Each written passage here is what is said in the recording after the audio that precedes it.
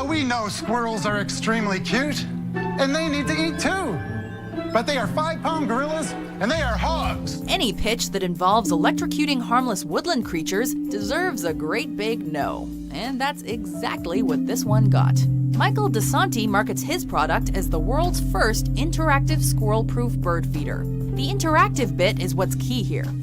So Mike D, just to be clear, I'm sitting in my house. Yes. I see the little squirrel eating. Yes. I think he's had too much. I zap him. You see, the bird feeder isn't exactly squirrel-proof so much as it's an opportunity for sadists to torture the small fluffy-tailed animals.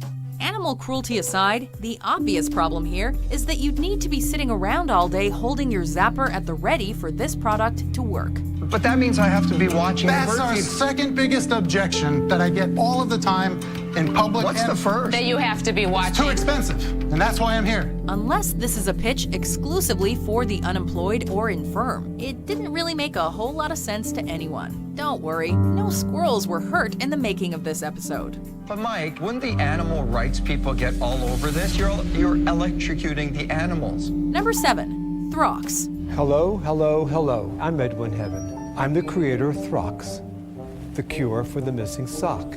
There's something about the idea of selling packs of 3 socks that seems more creepy than practical. So when you lose one, you still have a pair. What do you do with the extra sock until you need it? We're kinda torn on this one, because on the one hand, the mysterious loss of individual socks is a real problem in our contemporary society. On the other hand, though, a simple solution to this problem would be to man up and buy your socks in bulk at Costco, so that they all look the same and the concept of pairs becomes irrelevant. While Edwin Heaven's presentation is certainly magical, somehow this product seems like it would cause more problems than it would solve.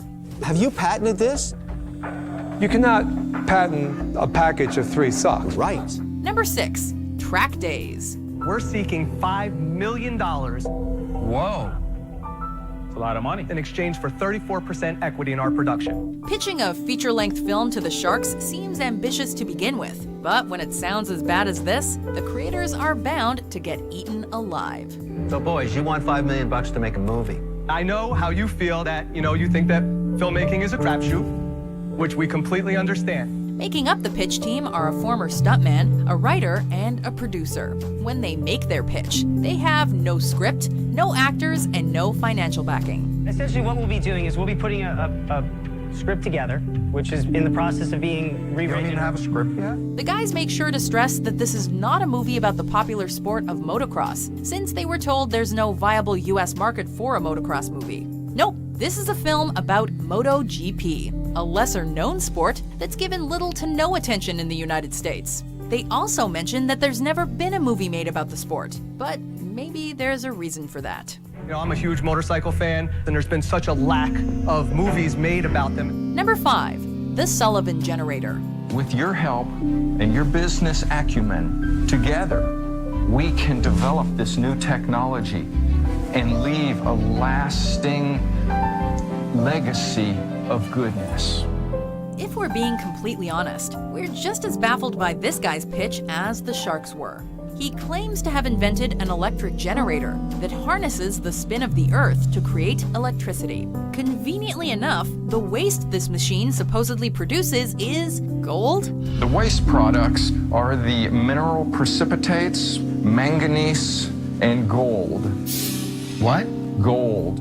Entrepreneur Mark Sullivan, who also markets himself as a songwriter and ladies' clothing designer, among other things, says he's invented over 1,000 products that make over $1 billion a year. The taste I have on my tongue now. Could be maybe the niacin. Number 3, Wake and Bacon. My product takes a unique approach on waking up in the morning. It's pretty much the only one of its kind. Didn't Michael Scott have this one covered? When I wake up, I plug in the grill. I go back to sleep again. Then I wake up to the smell of crackling bacon. When you want to wake up to freshly made bacon, you just set up a George Foreman grill at the foot of your bed, right? Clearly, this inventor isn't a fan of The Office because he came up with a pig-shaped device with the exclusive purpose of bedside bacon making. And so, inspired, I went home and I built the world's first alarm clock that actually wakes you up with bacon. This is the first idea on our list that actually seems kind of appealing. until you think about the logistics of it. You have to put the bacon in before you go to sleep, and leaving raw meat unrefrigerated overnight seems like a recipe for disaster. Not to mention the whole thing seems like a serious fire hazard.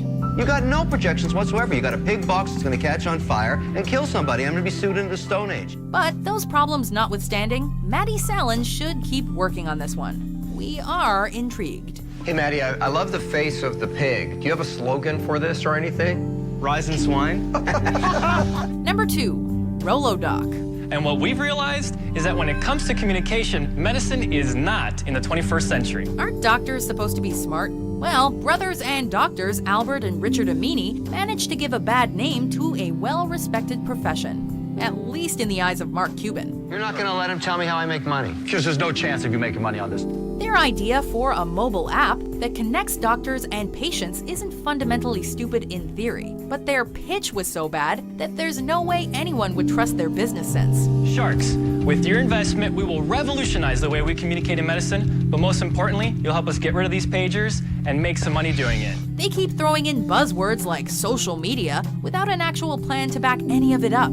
It sounds like what they want to do is create a LinkedIn for physicians, but they have no idea how to get doctors to use their app or how to monetize it. The Sharks are understandably a bit harsh with their criticism. It's a valid concern because you don't want to be reading about somebody that actually isn't a surgeon that's offering heart surgery. That would be a bad outcome. I don't think they're going to be able to get anybody. It's not going to be dangerous if you can't get any doctors. Before we unveil our number 1 pick, here are some honorable mentions.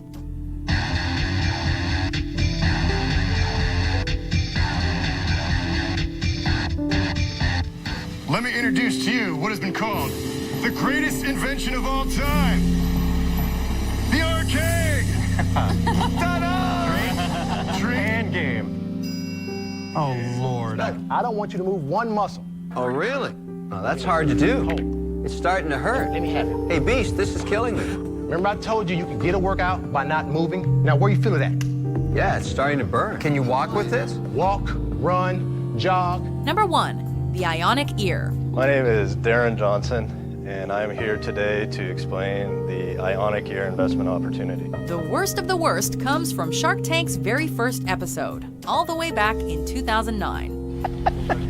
You guys are so close-minded. Please let him finish. Okay. Thank you. Apparently, back in the old days, Bluetooth earpieces were the must-have tech gadget. But this guy took it one step further, so that you and your Bluetooth would never have to be apart. I'm sorry, where are you implanting this into another device? What are you implanting this into? No, it's actually going into your ear. Pitching a surgically implanted Bluetooth device that's inserted into the wearer's ear canal, Darren Johnson manages to creep the sharks out and get some of the fastest I'm outs in the show's history. Don't call me, I'll call you. I'm out. Okay, I appreciate that.